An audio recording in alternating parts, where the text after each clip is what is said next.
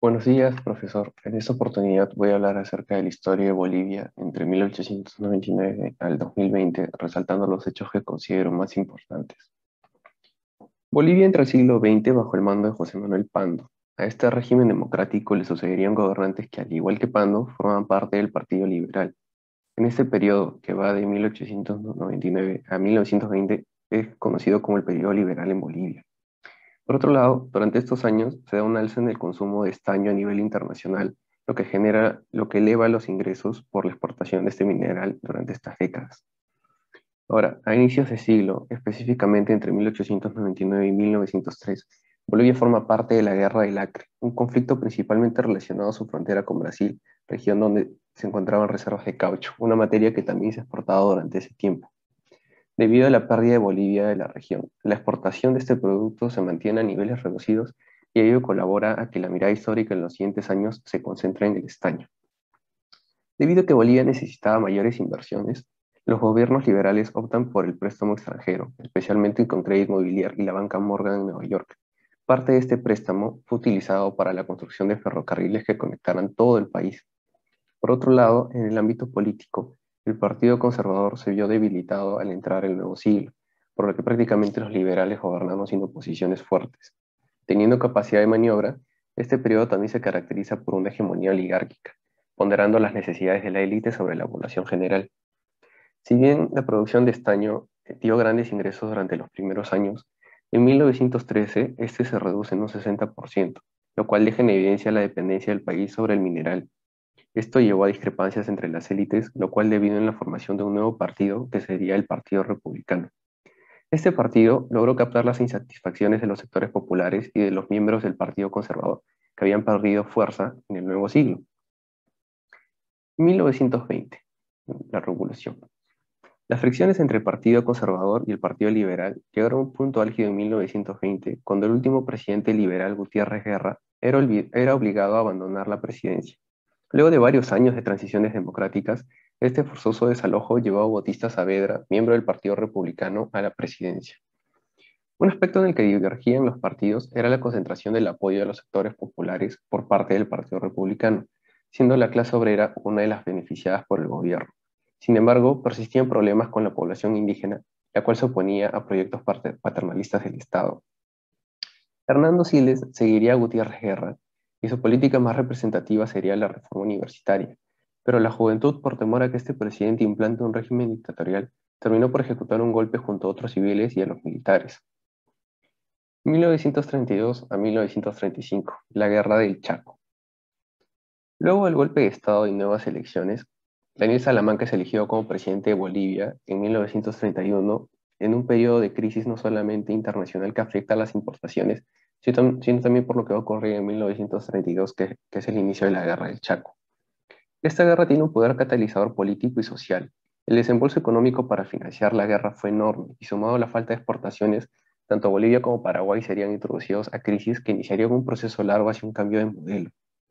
En este sentido, el sistema exportador que había permanecido en Bolivia pasaría por una larga transición al modelo de industrialización por sustitución de importaciones. Además, otra consecuencia de la guerra fue la crítica a las élites del país y su forma de gobernar. Existía una notable diferencia entre quienes participaron en la guerra, que eran jóvenes militares y la clase obrera, y por otro lado la burguesía minera exportadora de estaño, los terratenientes y el mando militar, que no fueron participantes activos del conflicto. Esta fragmentación entre la oligarquía y las organizaciones populares llevaría a la gesta de nuevos movimientos como el RADEPA, conformado por soldados jóvenes, y también en el nacimiento de un nuevo partido que sería clave para el año 1952, el Movimiento Nacionalista Revolucionario MNR. Pero volviendo a la guerra, un año antes de su culminación en 1935, se da un golpe de Estado en 1934 por parte de José Luis Tejada, quien decide derrocar a Salamanca por su interés en controlar la guerra personalmente. Luego de terminar la Guerra del Chaco, se dieron sucesivos golpes militares hasta 1947. Si bien en 1938 se da un breve periodo democrático con Germán Bush y se aprueba una nueva constitución en relación a nuevos cambios sociales que permitirían mayores derechos para la población boliviana, Bush es encontrado muerto en aparente suicidio y la clase dominante logra colocar al general Carlos Quintanilla, retomando así el poder del Estado. Sin embargo, en 1943, eh, Gualberto Villarroel da un golpe, y este es uno de los eventos más significativos porque llega al poder de la mano del Movimiento Nacionalista Revolucionario, el MNR, y este partido evidenciaba ya una gran cantidad de adherentes como trabajadores mineros y eventualmente lograría llevar a cabo la revolución de 1952. Pero volviendo al gobierno de Villarroel, durante este se dan mayores derechos a los trabajadores, lo que genera críticas no solo de la oligarquía, sino también de los Estados Unidos. Más adelante, bajo el gobierno de Enrique Herzog en 1947, se pretende retroceder en los progresos sociales realizados en el gobierno de Villarroel. Es durante este tiempo que Víctor Paz Estenssoro, fundador del MNR, genera una revuelta en el país.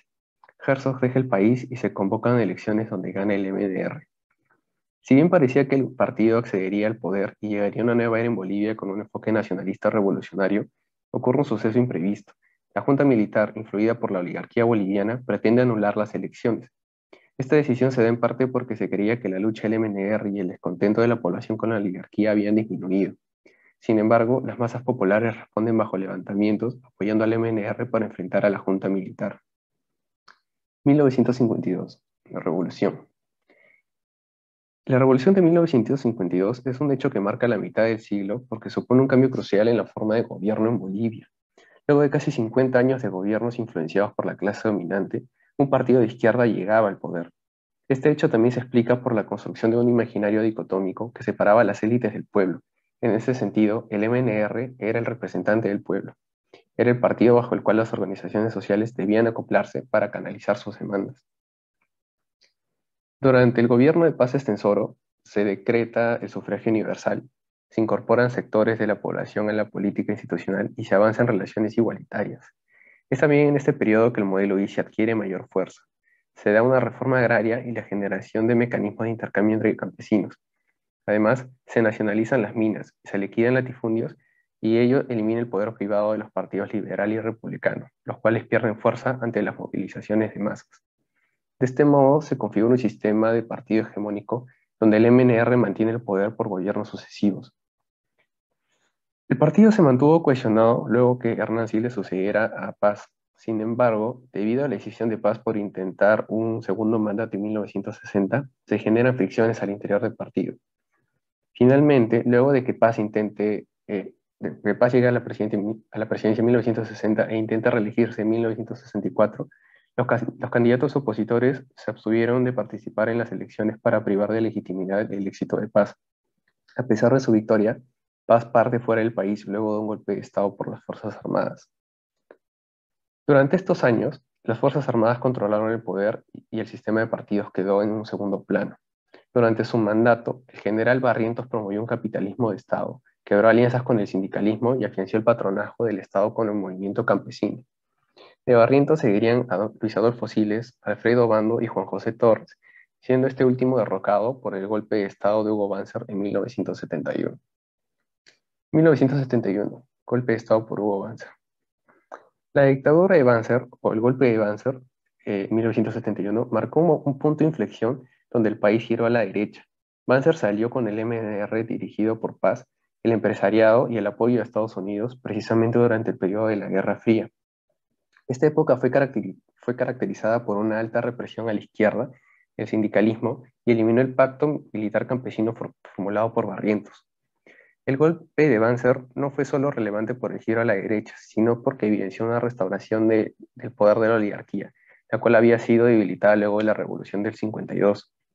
Banzer además dio un autogolpe para continuar en el gobierno, concentrando el poder y dejando de lado a los demás partidos. Eventualmente, Banzer llamaría elecciones en 1978, pero debido a la intromisión de las Fuerzas Armadas para imponer un candidato, se generó una reacción política y social que obligó a nuevas elecciones en 1979. En estas, ninguno de los candidatos reunió la mayoría absoluta, por lo que el Congreso tuvo que escoger al nuevo presidente, aunque fracasó en este intento. Se dieron comicios en 1980 donde Siles ganaría, pero pronto se daría cuenta también de sus fricciones internas. Por presiones, el mandatario tuvo que recortar su tiempo de mandato y decretó nuevas elecciones en 1985, año en el que renuncia. 1985, consolidación del sistema de partidos. A partir de 1985 se perfilan cuatro ejes en el Estado: democracia representativa, economía de mercado, descentralización y multiculturalismo moderado. A lo largo de los siguientes años se buscaría construir un sistema de partidos competitivo y ordenado. Esta etapa inicia con la victoria de Paz Estenssoro, líder del MNR. Bajo su mandato se realizaron programas de control de la inflación y ello dio paso al proyecto neoliberal en el país que continuaría con el presidente sucesor, Jaime Paz Zamora. En 1993, Sánchez de Lozada resulta ganador de los comicios nacionales, dando paso a un proyecto de descentralización en 1994 a través de la Ley de Participación Popular Boliviana. Se promovió la formación de organizaciones civiles y se les otorgó capacidad de canalizar sus demandas al gobierno central. Críticas al neoliberalismo.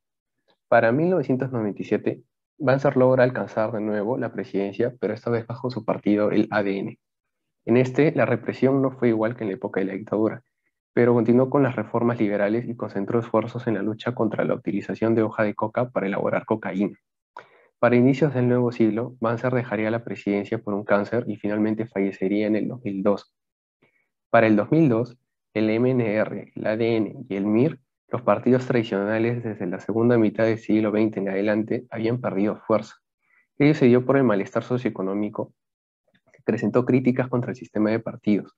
La insatisfacción se vio reflejada en las elecciones donde los nuevos partidos, el Movimiento del Socialismo, MAS, el Movimiento Indígena Pachacuti y el NFR, se llevaron gran parte de los votos. El MAS, liderado por Morales, se presentó como la imagen del cambio. Aunque Sánchez de Lozada ganó las elecciones, no pudo contener el declive en la confianza de la economía neoliberal. Aparecieron movimientos críticos que se exacerbaron con la privatización del gas, incluso en el 2003. 2005. Ascenso del MAS al poder. Sánchez de Lozada tuvo que renunciar para el 2005 por presiones internas y luego de las dos sucesiones de Carlos Mesa y Eduardo Rodríguez se convocaron a elecciones ese mismo año, donde ganaría el MAS. Evo Morales entonces gana las elecciones y empieza sus mandatos a inicios del 2006. Luego de varias décadas, un partido triunfó con mayoría absoluta, lo que permitió al MAS realizar cambios con mayor facilidad.